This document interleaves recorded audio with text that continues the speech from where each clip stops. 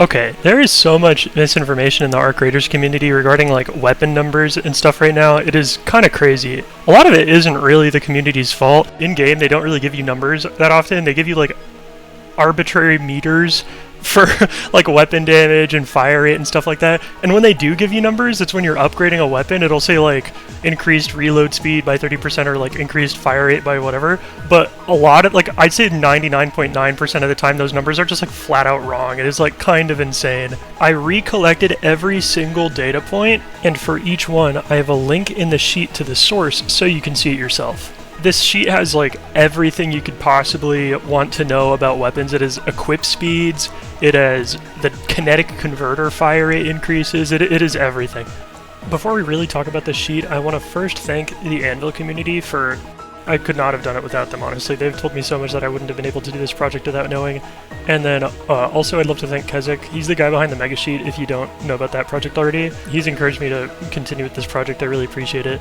And also I'd love to thank the Gaming Merchant for encouraging me to use his clips. So the first thing I want to do is kind of just like go over the sheet and like show you how to navigate it yourself. And for that, the link for the sheet is in the description so that you can do that. So here you can see all the sheets on the bottom. The first one is the weapon info, which is like all of the base information for every single weapon in the game.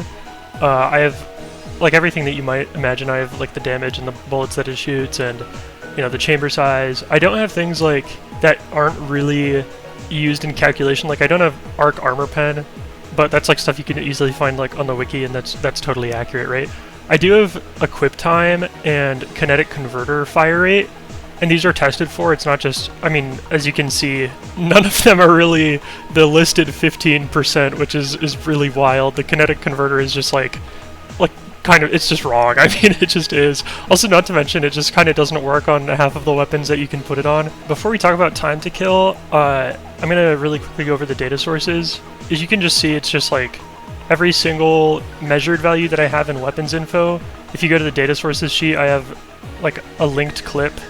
You know, it's just like, here's one of me like firing the Berletta or reloading the Berletta, right? And then you can just like download the videos off YouTube and go through the frames yourself if you want to double check them. And then next to each clip I have like a confidence value, which is just like if the clip was like really blurry or if the clip is like a low frame rate. Those are really typical reasons for me to have a lower confidence in it. And this also gets into if you have any evidence of like either like one of my data points being wrong, or if you have like volcano kinetic converter fire rates. If you have anything like that, please feel free to send it to me. This is my email. It's in the about section. Even if you have like nitpicks about the sheet, I'll gladly take that. I'll read everything, honestly. Okay, so moving on to the shots and time to kill sheet. There's a lot of data here. The first one that we're going to be talking about is here under time to kill for body shots and headshots respectively. So if you want to see this for yourself, I recommend going over to File and making a copy of this sheet, and then you'll be able to use these filters. And obviously I made the sheet, so I can just use the filters myself. And to filter it, let's just like look at time to kill for body shots against light shield. You go over to this little hamburger icon and then you click A to Z, and then you will get the fastest times to kill for body shots against light shields. And here you can see it's like kind of just dominated by Volcano, but that does change quite a bit once you move on to headshots. But we'll get into the specifics of each weapon later. If you want to unsort the sheet, then you go over to this number sign and then you sort A to Z here. And also you can also see the time to kill for the kinetic converter as well. You will see that the first few values are the volcano values that I don't have because they default to 0 because the values are missing. But then everything there and below is accurate. This, if you sort using the kinetic converter time to kill, it won't have anything that the kinetic converter cannot be put on. So, for example, like Tempest is all the way down here, when in reality it has like a 1.17 time to kill for body shots, which would place it somewhere like above Stitcher, right?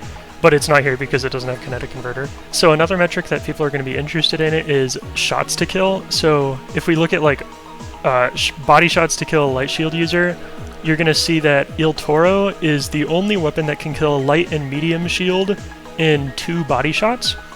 But of course, if you sort by headshots instead, because shotguns have a 1.0 headshot multiplier, meaning they don't have a headshot multiplier, you're going to get, it's going to start competing with all of the weapons that do have a headshot multiplier, which is quite a few 2 shots. You get, Osprey, Anvil, Pharaoh, Aphelion, Jupiter, Anvil Splitter.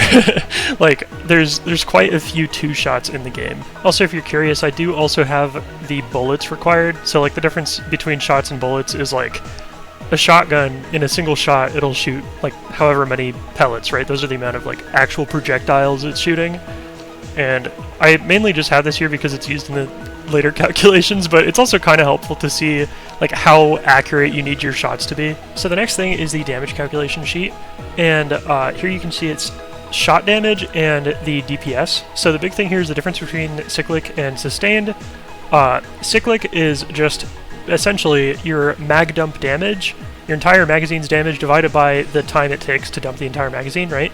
And that means it's disregarding reload. So if you're just dumping 1 mag into somebody, that is the amount of DPS you're dealing. But then the moment you reload is when it like makes a lot more sense to look at sustained DPS, because this is the like total time. Like if you're mag dumping, reloading, measuring that off to infinity, this is the amount of DPS that you're dealing. So with that overview of how to navigate the sheet out of the way, I really recommend just going to the description and clicking on the link for the sheet. You can sort by certain values yourself, and you'll get a feel for where certain weapons are landing in different categories. For the rest of the video, I'm not going to be going over specific weapons that much, but I'm going to kind of just go over general, bigger conclusions that I've taken away by staring at this data for as long as I have.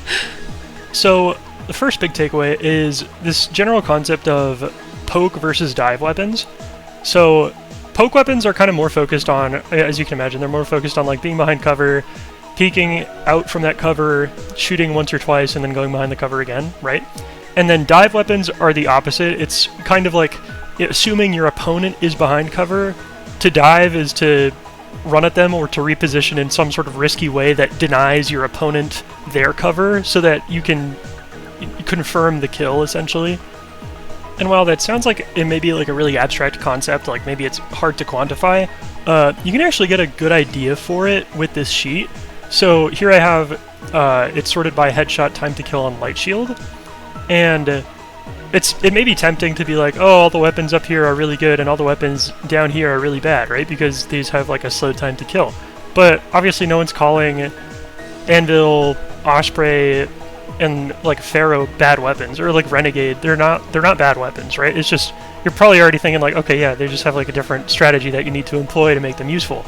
And that's kind of what I'm getting at. Like up here you have your dive weapons that you need to have people not behind cover to make good use of their fast time to kill. And then on the opposite side of the spectrum, you have your poke weapons. So what correlates with poke weapons? Well, I would say the best metric for poke weapons is shots to kill, and maybe specifically headshots, because if you're poking, you're going to want to go for headshots, right? So here, it very much, these sorting by shots to kill versus time to kill, they very much look like inverse lists. So here you have Anvil Splitter, Il Toro, and Osprey, Pharaoh, all of your weapons that deal large damage within a few amount of shots. Which, totally, once you start thinking about it, you're like, oh yeah, okay. Like, all of these weapons here only take 2 shots to kill a light shield user, right? So you only need to poke twice. And with each poke happening, hypothetically, like instantaneously, because shots come out instantaneously, this is like, you only need to repeat the instantaneous poke twice, while with something like a Torrente, you need to be out in the open for a non-zero amount of time holding down left click in order to make good use of the time to kill. And that sounds pretty convincing, right? Low shots to kill correlates with poke weapons, while low time to kill correlates with dive weapons. But it does get, if you want to think a little bit more deeply about it, it does get a little bit more complicated, because I'd argue that those two metrics that I just went by are their primary metric for sure, but then they both kind of have like a secondary metric as well. Like for poke weapons, while shots to kill is pretty definitive, I would also look at their damage per shot, and specifically headshot. Oh, sorted by the wrong way. There we go. And why are we looking at damage? So the argument here is that shots to kill is more specifically tailored towards solos, while raw damage per shot is more useful to think about when in a trios situation, right? And, you know, duos being somewhere in between. The reasoning behind this is if someone else, like let's say you're in a trios, it's 3v3, that's 6 people total, everybody's going to be receiving multiple instances of damage from like, you know, it's going to be chaotic, nobody's health bar is going to be full, so the specific amount of shots it takes to kill somebody isn't as relevant as the amount of damage you're doing versus the amount of risk you're putting yourself in. And that's where I'd say damage shot, like if shots, or sorry, damage per shots is a slightly more valuable metric in a more chaotic situation like trios. Now I bet you're thinking, is there like a secondary metric for dive weapons as well that correlates more for trios than it does for solos? And yeah, I think there actually is. Let's sort by time to kill first, and I will show you something. So here, let's specifically look at Berletta versus Torrente. Berletta's a little bit slept on the moment. It has a very fast time to kill as long as you're hitting most of your headshots. But there's the key right there. You need to hit a vast majority of your headshots compared to your mag size, right? So Berletta only has 12 shots in its magazine. If you look at the amount of headshots that you need to kill, like, or that you need to hit in order to kill a light shield user, it is 6. So let's say you're in a trios situation, you do not have enough bullets to down all 3 people. That is like not a realistic scenario for you. But of course, well, let's think about first, what is a weapon that does have the capability to do that? Torrente. The Torrente has a massive magazine size. It only takes 9 shots to kill someone with a light shield, and what, like, I mean, come on, like, how many shots do you have in the Torrente? 60 to 90? Like, you have way more bullets than you have people to deal with. So that's something where I'd say the shots that it's sort of like shots to kill divided by magazine size. Is your metric for dive weapons in a trios scenario. And then of course there are weapons that, you know, you might be like sorting through these metrics like, oh, I'm going to look at like time to kill, I'm going to look at shots to kill, and then you see something like hairpin. And it's like, bro, like, you sure 3 shots to kill and the hairpin might not sound bad, but when you look at, like, it just scales really badly with shields, and then it has like a really bad time to kill. It's like, it really is just like a worse anvil, but it's like, that's it kind of doing it justice because the anvil's really good, so by calling it a worse anvil, you're thinking it's close to the anvil, but it's really not. It's just like, it's in this weird middle ground of being mathematically bad in all categories. And then you have weapons that are in the middle of the spectrum, but in a pretty good place, like Volcano, for example, right? Volcano is a pretty fast time to kill. Sure, we're sorting by headshots here, so it's not as fast, but if you sort by body shots, it's also it's obviously dominant in body shots. And then if you sort by headshots but heavy shields, it's also dominant. And this gets into a topic I'm going to get into later about how shotguns are really good against shields. But first, let's just talk about how it's kind of in the middle of the spectrum between dive and poke, because if you look at its shots to kill, it's 3 shots to kill across the board. And what does this mean for the Volcano? Well, it means the moment you peek, as long as you land your shot, you're at an immediate advantage that you can then push onto. It's kind of just like your game plan is, sure, it's in the middle of dive and poke, but it really incentivizes both, and both of those playstyles kind of flow into each other really well because, again, the moment you poke, if you hit your shot, you immediately then want to dive and push that advantage, and the same weapon that you just poked with is the weapon that you can then take a massive advantage on by diving. So it's, you know, it's in a better spot, though, in between the two. So I just hinted at it with the Volcano. There is a certain effect, I'm just calling it the shotgun effect, I don't know what else to call it, where, in short, shotguns are much better against heavier shields. So here I have it sorted by time to kill headshots against light shields, right?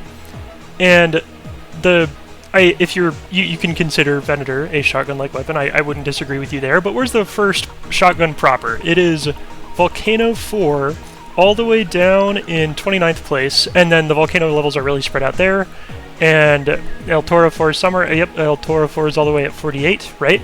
So let's move on to medium shields and see how that changes.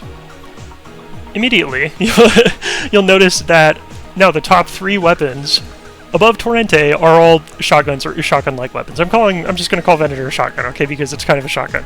And then, obviously, Volcano 4 jumped many, many, many places. And where's El Toro? El Toro still down here at 37, but then let's go to an even heavier shield, heavy shields. And then another Volcano levels here, as well as Anvil Splitter, which I'm also calling shotgun-like because it is. So what is happening here, right? Well, this is the shotgun effect, but what is it really? The reason this happens is because when you have a weapon that shoots multiple pellets, some of those pellets can deal enough damage to take out the shield, and then the rest of the pellets will deal unmitigated damage. So it's, let's compare it to something like a Pharaoh, where it does just a fat chunk of damage in a single bullet. As long as your shield's up, it'll mitigate the entire Pharaoh shot. But with something like a Volcano that does a fat chunk of damage with a single shot, but within multiple bullets, it doesn't act the same. The Volcano does more damage in that instance. So that is, in short, I'm calling it the shotgun effect because, it's a stupid name, but, you can fight me. Also, to just really drive this point home, I think the most telling example, that was already a pretty telling example of the shotgun effect, but the most telling example, in my opinion, is looking at the Anvil 4 versus the Anvil 4 with the splitter, right? And you can see here that the only difference in terms of shots to kill is that the Anvil Splitter takes 1 less shot to kill a heavy shield than the regular Anvil does. So, that's just, if that's not indicative of the shotgun effect, I don't know what is. On a related point, here I'm going to sort by time to kill light shields headshot, right? Sort of similar to the shotgun effect. If you might be thinking like, oh, if it's just the amount of projectiles that the damage is distributed across, then does that also apply for weapons that just have like really high fire rates? And yeah, it actually kind of does. So you may have noticed it, but Torrente and Bobcat held on to their places like really strongly in terms of medium shields and heavy shields, right? Bobcat really only goes down like 5 places total, while something like here's Anvil 4, it's going down like 10 places. Yeah, it goes down like 9 places, and it gets passed by Arpeggio 2 and 3. So that shows that it's against heavier shields is more about how many projectiles the damage is distributed across. But yeah, those were my key takeaways from the sheet. Check out the sheet. Its link is in the description. You can save it. I don't mind. You can make a copy of it. I highly recommend that because then the filters will work. Again, please, if you notice anything wrong with it, or you have your own data and you want to cross-check, or if you have any questions, or if you have nitpicks, or if you have evidence of like the elusive Volcano 1, 2, and 3 with a kinetic converter, please send it to my email. I'll read everything. I don't mind. Or leave a comment on this video. I'll check those out too. This video will be linked here once I'm done filming it, of course. And thank you so much for watching. I'm going to do probably specific weapon analyses on like the specific, like a videos dedicated to each weapon in specific, so subscribe if you want to check those out. And if not, thank you for watching the video. Thank you for making it this long.